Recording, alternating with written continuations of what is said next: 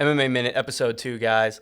We have a lot to go over. UFC 287 just happened about a week ago. Israel Adesanya knocked out Alex Pereira in the second round. The UFC announced a lot of fights, so we're going to have a lot to go over. First fight UFC announced is Brendan Moreno versus Alexandre Pantoja at UFC 290 for July 8th. And also on that card, we have Alexander Volkanovski versus Yair Rodriguez. So that's going to be a huge card. I was thinking John Jones might have been on that card. I was hoping at least.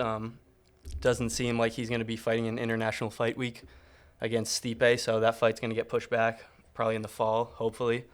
So they also announced Amanda Nunes versus Juliana Pena 3. That's at UFC 289 on June 10th.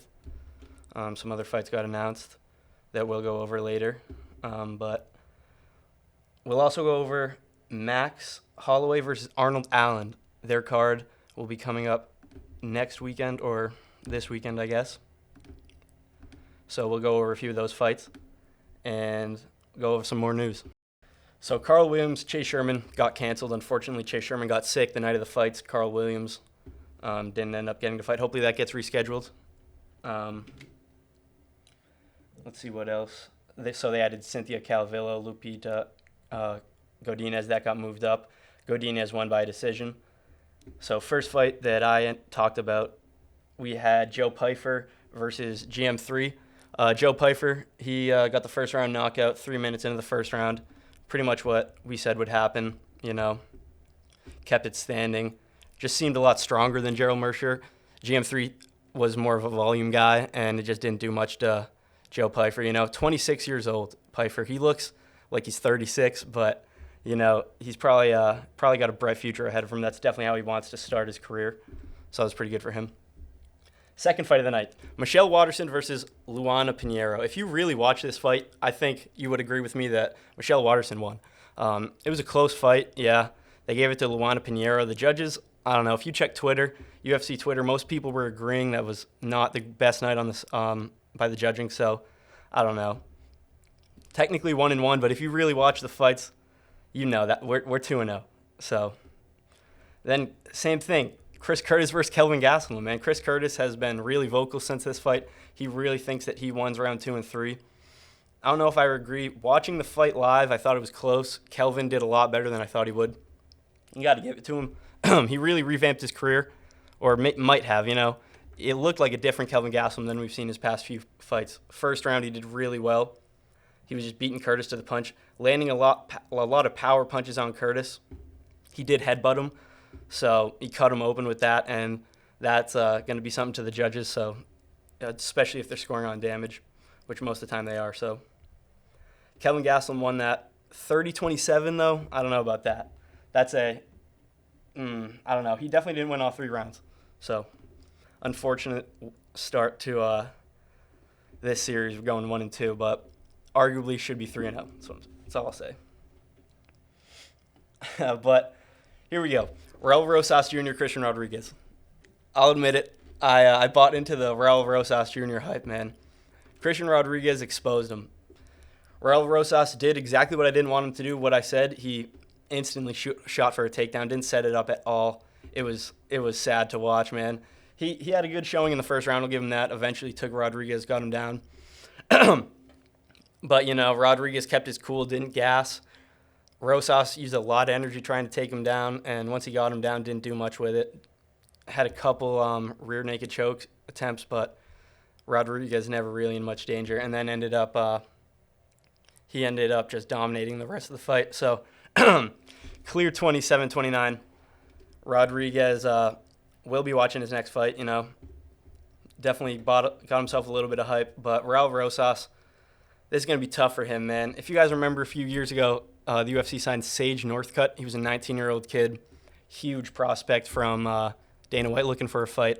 He had a real big name and a lot of hype behind him, maybe more than Raul Rosas, but he was a 19-year-old kid, and he won his first few UFC fights, and then he got choked out by Barberena, I think, and his career just went down after that, He ended up losing to Mickey Gall, and then the UFC ended up cutting him after, probably no more than 4 or 5 fights.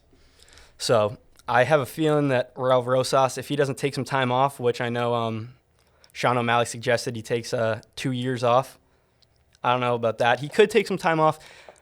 He's 18, so if you take 2 years off, he'll be 20 when he comes back. Probably be a lot stronger, but who knows? Christian Rodriguez, he's 9-1 now, so maybe he's just a stud, and maybe he's a beast. He said Raul Rosas is legit in his post-fight press conference. He said that he's no joke, so we'll see how Rodriguez does after that. Hopefully he can string together some more wins, but we'll see. On to the next fight. We got Kevin Holland versus Santiago Ponzinibbio. Good fight. Went the way we thought it would. Kevin Holland with the knockout in the second round, face plant. Santiago Ponzinibbio was landing some hard leg kicks on Kevin, but didn't really seem to phase him, I guess, too much. But it was leaving some good marking on his legs, bruising him up good. But Kevin is not round 2, round 3. But Kevin is really susceptible to leg kicks, I've noticed in a lot of his fights. So Ponzinibbio threw some hard leg kicks, but just didn't do enough on the feet to take him out. Kevin Holland got the knockout. He dropped him in the first round with a spinning back fist, which was pretty cool. Figured he had better stand-up. I didn't realize this, guys. I had a pretty short episode last time. But if I could have gone into it more, Kevin Holland has a crazy reach. Let me look it up. I think it's I want to say it's 81 inches, which I think Santiago Ponzinibbio's was 73. But anyway, Santiago Ponzinibbio, man, just a lot shorter than Kevin Lee. You know, basically what we expected, what we predicted. So got that one right. But so we didn't have the best night, obviously. We'll keep going, though. Rob Font beat Adrian Yanez, got the first round knockout. Looked really good, guys, really good. I think he definitely had a great performance because considering his last fight, we talked about it. He landed a lot on Cheeto, but it didn't look good, man. At the end of the fight, he looked horrible. But this fight, he looked a lot better. Came out starch Yanez in the first round, man. Definitely gonna I'd like to see him fight someone ranked now because Yanez was ranked 12th. He probably shouldn't have been ranked above Font. Hold on, now I think about that. Font might have been ranked higher than him. Yeah, he was the number 6. So we'll see who he fights next. Beating the number 12 guy won't do much for him, but definitely that finish will. So another fight we got right was Gilbert Burns beat Jorge Masvidal. Masvidal retired, so that's unfortunate for him. We won't get to see the Kevin Holland fight. Would have been good, man. Would have been perfect, but Kevin Holland got the win and went a little bit more into detail about the beef they had backstage, but, that clearly won't be happening. Gilbert Burns dominated him, kind of dropped him in the first round like we said he would, but basically beat him the whole fight. Jorge didn't have much in the tank. He said it in the end, in the post-fight. He didn't feel the same, not like he usually does. He's just not the same fighter that he used to be, so Gilbert also accused him of greasing, which, why would Gilbert lie about that? No reason to. I mean, he beat him pretty handedly, and then he's just going to accuse him of greasing? Probably not. He probably did. Probably didn't go into the cage with stuff on him, but like he said, he probably, going into the nights before, probably put a lot of Vaseline on and took showers with Vaseline, and that soaks into your skin and makes your skin more slick, so Jorge's a veteran. He probably knows moves like that. Gilbert said that. He's 100%. I'd believe him. So Gilbert got the win. And then the main event, let's talk about the main event. Izzy proved me wrong. If there's one thing we know now is Challenger Izzy is much different than Champion Izzy. His fights with Rob when he was fighting for when he was challenging for the belt, it was one of his best performances, just like this was one of his best performances. Alex was doing good, but it's clear that Izzy was setting up. He had a plan for this fight, He set up that combo that he finished him with 3 times. And in the third time, he finally got it, Alex, the thing about Alex, I was watching a Strickland interview, and he said it. Alex is hittable, But I said in the last episode, I didn't think I thought he had taken all of Izzy's best shots. Clearly he hadn't, Izzy landed the exact same finish that he dropped Alex with in the first fight. If you watch that drop with the finish side by side, it's identical. So, Izzy went in. He didn't wrestle at all. He didn't need to. He kept it standing, got the finish. Good for you. It was great, man. I just hope he doesn't go back into the championship Izzy fights, Nothing worse than seeing him just go out and leg kick a guy and keep a guy at range like he did in the Vettori fight and he did in the Cannonier fight. The Yoel fight. I didn't talk about that last week, but, I shouldn't have talked about it last week. I should never talk about that. That was horrible.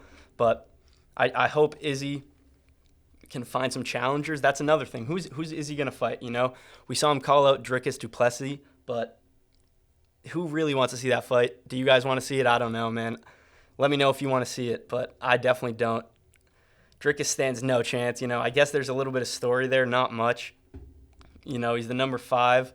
Dricus is Izzy's beating everybody else. That's why I wanted Alex to win, because Alex, I don't know. Izzy, it's kind of time for him to move on from the division in a way because he's already beaten everybody. Like I said, who's he going to fight? Dricus? He could, but what's he going to run through him? And then Alex already said he's moving up. So if Alex could go fight for the belt, I don't know. Jamal Hill just called him out about 15 minutes ago on Instagram, and Alex responded, so maybe they'll fight. But I'm sure Jamal and Yuri will get their fight first, and then whoever wins that, that'll be a good fight. And then we'll see. Alex will probably get the winner of that, and either of those guys is a great fight versus Alex. So if Alex can win the belt, I don't know if he can at light heavyweight because he's got knocked out by Izzy, who didn't even him and Jan, when they fought, wasn't much of a fight, Izzy never really or Jan just controlled most of that fight. So if Izzy moves up to lightweight, or when Izzy moved up to light heavyweight, he didn't have that much of didn't have a great performance. So we'll see if Alex can. I'd love to see Alex go up, win the belt, and then Izzy go back and they have their 4th fight. It doesn't seem like they're going to do the quadrilogy. Dana said it's not going to happen. Izzy said there's no need, but you're 3-1, so there's kind of a need. It's whatever. He got the finish. Alex is going to move up, probably fight for the belt in this first fight, which is crazy for a guy who's only had 10 professional MMA fights maybe, so good for him. Izzy is going to, I don't know, we'll see what Izzy does. What did you guys think about Izzy's celebration, He had a really cool celebration when he went up to Alex's kids. He pointed at him and then did what Masvidal did after he beat Askren, or I guess what Alex's son did to him after their second fight. So Izzy got one back on Alex's kid, who was 5 at the time. So that's awesome that Izzy is carrying a beef with children. He's going to be a good champion, I'm sure. It's unfortunate that the champion's going to be a guy who, wears a dog collar, shows up to the press conference in a skirt. It's unfortunate, I just preferred. I wish Alex would have beat him, but it's okay. It's fine. We'll see. Izzy versus Comes Out would be a good fight, definitely. But I don't know. Comes Out, I heard he's going to fight Paulo Costa, which is a good fight. I'd love to see that. Paulo hasn't fought in a while. The Vettori fight was all right. Paulo definitely hasn't looked the same since his fights with Izzy. Izzy, that was one of his best performances when he finished Paulo. But, we'll see how Costa does. He's been calling out Comes Out for a while. So he finally is apparently going to get that fight. And I would guess that Comes Out would win, honestly. But we'll see. Paulo's kind of a blown-up version of Gilbert in a way. But I think Izzy versus Comes Out would be Izzy's most entertaining title fight, probably sell the most pay-per-views. And I'm sure it would be an entertaining fight. And I wouldn't be surprised if there was a finish to that fight, If Izzy is gonna go at guys the way he went at, or not really, he didn't really go Pereira, but if he's gonna finish fights the way he finished Pereira, then I'd change my tune towards him, and hopefully he can rack up some more finishes, and we'll probably be betting on Izzy, for the foreseeable future. That's probably a safe bet. So what else can we go over? So Moreno versus Pantoja got made. Rematch. Pantoja beat him in the Ultimate Fighter, it was a decision, you know. Since then, Pantoja has had a pretty he's had a pretty steady career. He lost to Askar Askarov and Davison Figueiredo, both by decision. So he's not really a guy who gets finished. Never been finished his career. Lost 5 decisions. So right now, I'd probably go early predictions. I'm going to go Pantoja with this one, but we'll see. You know, Moreno had a lot of wars with Figueiredo. He's already lost to him, but he's also a lot younger. Pantoja is a pretty old guy. I think he's like 36, so I think that'll be a good fight. It's crazy that they announced it on the same card as Volk versus Yair, which is going to be a good fight, you know. Obviously, you have to ride with Volk because he's pound for pound #1, one of the best fighters in the UFC. But this is definitely a dangerous fight for him. Yair versus Max was a great fight. Yair gave Max everything he could handle on the feet, and Max was supposed to be the best boxer, best stand-up in the whole UFC. And Yair went out there and had a stand-up war with him, and Max was shooting takedowns, which you never see. He wasn't even shooting takedowns on Alex. So I'm still going to ride Volk because he's a beast. You know, that guy, his fight with Islam was great. I thought Volk won it. You know, it was really close, obviously. Maybe that was just wishful thinking, you know. Maybe I just wanted him to win. But it was a close fight. Could have gone either way. Could have been a draw for sure. But I think that Pantoja's probably going to beat Moreno. And I think that Volk will probably beat Yair too. But they'll both be tough fights. That'll be a great card, you know. Those would be 2 barn burners back to back. And if John Jones could have been on that card, man, I would have taken him over. Not both, because maybe both, honestly. I would have taken John Jones versus Stipe. Maybe you could have put one of those cards below, or one of those fights below him. That would have been nice. But you know, right now we have those 2 title fights. That card will be stacked, I'm sure, when we get closer to the fight. I'm sure they'll add more fights to the card, and that'll just be stacked. So UFC 290 will be sweet, and I cannot wait for that. UFC 289. Nunes Pena 3. Not excited about it. Can't lie. You know, don't think it really needs to happen. If they're not gonna do Izzy versus Alex 3, why would they do this? I would have rather saw I know Valentina just lost, but what better to revamp Valentina's career than to do a trilogy with Nunes? Because I would assume more fans want to see. I at least would rather see Nunes versus Shevchenko. It's a more entertaining fight than her versus Pena. I know Pena beat her, but that second fight, man, it speaks for itself. So that fight got made June 10th. We'll see. You know, maybe they add more fights to it. Hopefully they can make the card a little bit better. But I want to talk about a fight that got made that is pretty disappointing. Nate Diaz left the UFC.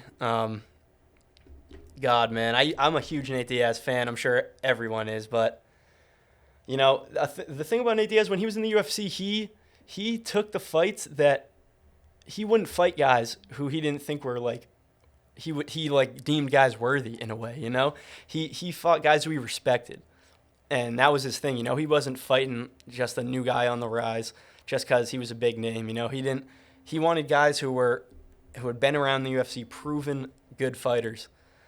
And the second he leaves the UFC, what's he do? He goes and he fights Jake Paul. So, I mean, I'm not going to go much further into it just because that is ridiculous, dude. So disappointed, man. I heard him say that he's the next biggest thing in boxing since Canelo.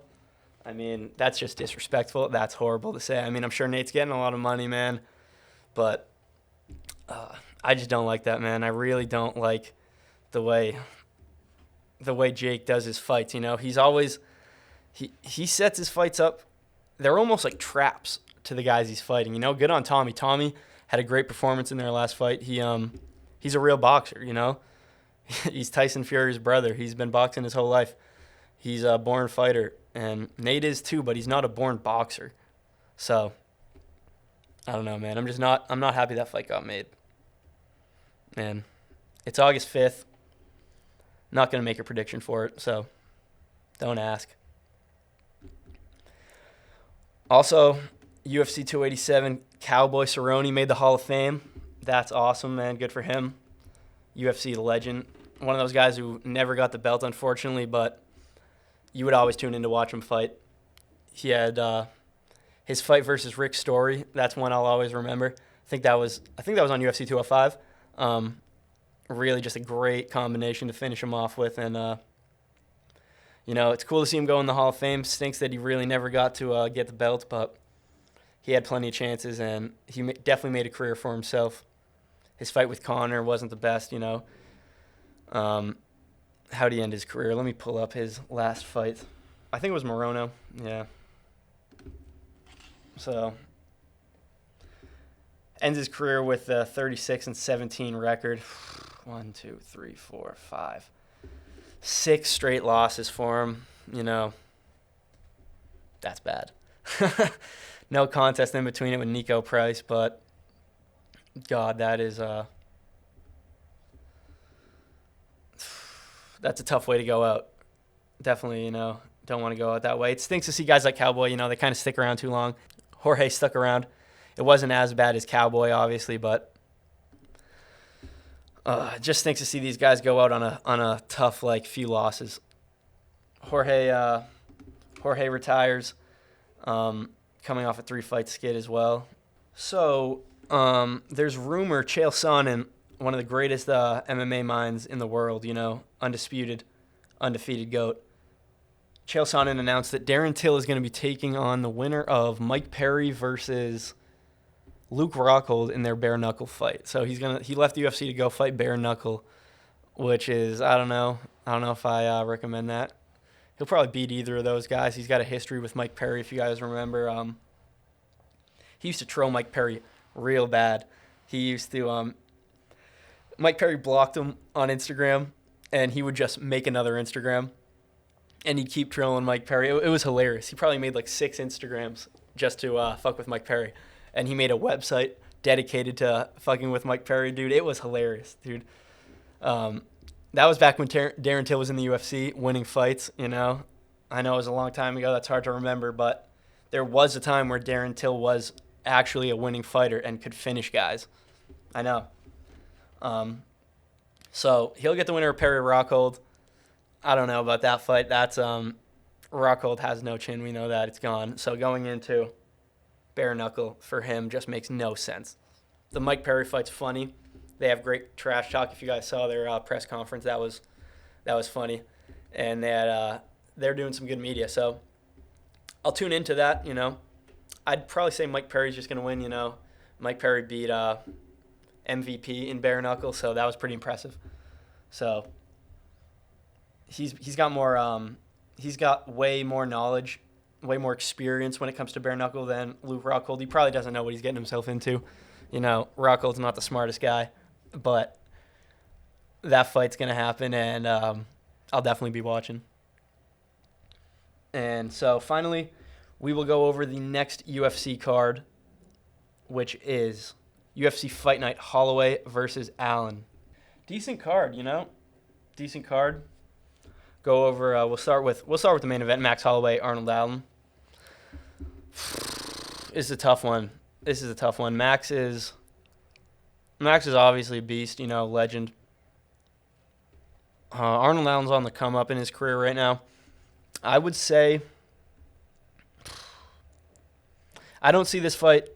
There probably won't be a finish. It'll probably go the distance. That's probably a safe bet. It's a tough one, man. I want to say Arnold Allen's going to win just because, like I said last week in a couple of my picks that were wrong, judges. Allen's on the come up in his career, and Max is not really on the downfall, but obviously he's had those fights with Volk. That last one was really tough. He had the close fight with Yair. I don't see Arnold dropping him and knocking him out because no one's ever done that to Max. So maybe Max does beat him actually. This is a tough fight. Max has got good stand up. Obviously, I'd leave it out of the parlays, that's for sure. I think Max is going to be in for a tough fight, but it'll be an entertaining fight. It'll be an entertaining 5-round fight. I don't know. I'll just flip a coin. We'll say Max. Just ride Max. But I said Allen too, so just can't choose. Why are you guys even watching this? Edson Barbosa, Billy Quarantillo. It's kind of the same story that I've been saying. Billy Quarantillo's on the come up. Edson Barbosa's on the downfall. We'll go Billy Quarantillo. Not much to say, Edson Barbosa, he's old and he hits hard, but Billy Quarantillo's a tough kid, and it's at featherweight, so Edson Barbosa is probably going to get chinned. If you want me to be honest with you, I think Billy Quarantillo might finish him there. We got Dustin Jacoby versus Azamat. Oh boy, one of the Russians, Azamat Murzakanov, 12-0 Russian versus Dustin Jacoby. Do I even need to make a prediction for this fight? We'll make a safe bet. Go with the 12-0 Russian. Tanner Bowser, Ion Kudalava. Kudalava's a funny dude, man. His weigh-ins, he's always painting himself like the Hulk or painting his face green, getting in guys' faces. He's one of those guys, gets into the octagon and just throws a game plan out the window. He had that fight with, who was it? That Russian against Ankalaev, where he kind of baited him and the ref stopped it early. He was playing a little bit of possum, and then ref stops it. They had the rematch. He got flatlined by Ankalaev, who's gone on to obviously have almost win the belt. He fought Jan for that draw. So Ion Kudalaba versus Tanner Bowser. Tanner Bowser used to be a heavyweight. He's coming down a weight class. Kudalaba, I feel like I don't see him win very much fights, but he's entertaining. And Bowser coming down, maybe he'll get chinned. We'll see. So I'll say Kudalaba for that fight. Pedro Munoz, Chris Gutierrez. Good fight. Pedro Munoz recently had that fight with Sean O'Malley. You guys remember, faked the eye poke. Sad to see him go out that way. He's fighting Chris Gutierrez, who's 19-3. I'd say go Gutierrez with that one. And then Clay Guida's also fighting Rafa Garcia. Don't like that one for Clay Guida, obviously. Rafa Garcia's 15-3. Guida's 38-19. Oh my God, that's ridiculous. Wow. Guy's been fighting forever. But a couple good fights on the prelims. Won't go too much into detail on those. We got TJ Brown fighting downtown. TJ Brown's fighting Bill Algeo. TJ Brown, Brendan Royval versus Mateus Nicolau. Ooh, that's a good fight. Royval versus Nicolau. I'd say go Nicolau on that one, but definitely one to keep your eye on. And then down in the card, Zach Cummins is going to be fighting. We got Jillian Roberts fighting. Lando Venata. Decent card, not the worst card. After that, we got Pavlovich Blades coming up. So UFC has some good cards coming up for you guys. Not the most in-depth prediction for this card. If you guys want to make a parlay, I'd probably put in Billy Quarantillo. I'd say Holloway Arnold to go the distance. And Azamat, the Russian. And probably throw Chris Gutierrez in there. Those would probably be good odds for you guys. Win some money. I think most of those are safe picks. Yeah, we also have, I guess, talk about this for a little. Colby and Leon is probably a done deal now, with Jorge losing and all. You can basically chalk up Colby versus Leon. We just don't know when it's going to happen. It's probably going to be in London, which means Colby's going to have to finish him unless he dominates really bad, because you know how those London fights can go. The judging is always real biased towards the London fighters, and I'm sure it won't be any different for Leon. But Colby's got a good pace, and he's got a good style. His wrestling style is a lot different than Usman. Usman, he wrestles guys, and he does a lot of pressure. Colby does too, but Colby relies on his wrestling a lot more than Usman does. Usman's a stand-up power guy, where Colby is a volume guy on the feet, and Colby uses his strikes to overwhelm guys, and then he'll shoot in for the takedown, and then he'll ride you out on the ground for the rest of the round, where Usman was a lot more content with standing on the feet with Leon, where I don't think Colby will be. But I think it'll probably go to decision. These guys both are decision fighters, obviously. I don't see Colby getting finished. Probably go to the decision, and probably Colby will get robbed again, like he did in the second Usman fight. I feel like I'm forgetting about something. Oh, okay. Back to Israel Adesanya versus Dricus du Plessis. Recently when Edwards was fighting Kamaru Usman, he referenced how when Michael Bisping won the belt, he was England's first champion, but he didn't do it in England. He was in America. He lived in America. He was training here. So I think the Dricus situation with Usman is very similar. Dricus was born in South Africa. I think his beef with Usman is that Usman, it's the same situation. Usman won the belt, and he said he never brought it to Africa. He stayed in America where he trained, And then Izzy obviously is getting really offended and is taking Usman's side and wants that Dricus fight bad. I don't want that. I mean, if you guys want to make good money, which you do, you will want that fight because Usman or Izzy's going to get an easy win there. But Dricus was calling out Usman. Usman's probably going to move up. Dricus and Usman, that's a better fight than Izzy versus Dricus. That's where the real beef is. And I think Izzy should just stay out of it, honestly. It's not his problem. Dricus wasn't really talking about him. And at the end of the day, Dricus was born in South Africa. He lives in South Africa and he trains there.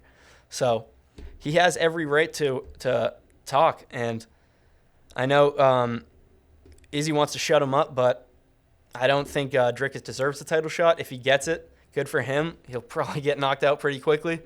He doesn't have a great stand-up game at all, and he gasses quickly, so Izzy would probably work him pretty fast. So, just wanted to get that out there. Wanted to make sure I touched on that.